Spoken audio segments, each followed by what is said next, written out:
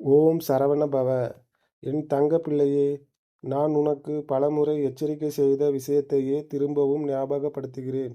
உன் கவலைக்கான மூல காரணம் யாரிடமும் அதிக உரிமையுடன் பழகுவதுதான். எதிலும் சற்று இடைவெளி விட்டு பழகினால் எந்த துன்பத்திற்கும் இடமில்லை. இப்போது அது அடுத்தவர்கள் உன்னை துன்பப்படுத்தி ரசிக்கின்ற நிலையை கொண்டு போய் விட்டுள்ளது. சரி, நடந்தது நடந்து விட்டது. இனி ஜாக்கிரதையாக நடந்து கொள். நான் உனக்கு கூறிய அறிவுரையின்படி உன்னை கஷ்டப்படுத்துபவர்களை பதிலுக்கு கஷ்டப்படுத்தாதே. ஆனால் உன் சுயமரியாதையை இழந்து நீ அமைதியாக இரு என்று நான் சொல்ல மாட்டேன். உன்னிடம் எந்த தவறுமில்லை என்றாலும் உனக்கான நீ பொறுத்து போதும். அதற்காக பொங்கி எழு என்றும் நான் சொல்லவில்லை.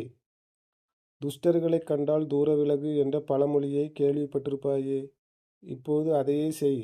இனி எந்த நட்பையோ உறவையோ என் அனுமதியின்றி நீ ஏற்கக்கூடாது. இது நான் உனக்கு இடும் கட்டளை. உன்னுடைய சந்தோஷம் என் நாமத்தை சொல்லி என்னையே நினைத்து கொண்டிருப்பதிலும் தான் இருக்கிறது.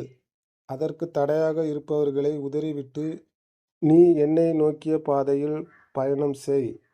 யாமிருக்க பயமேன். ஓம் சரவண பவ.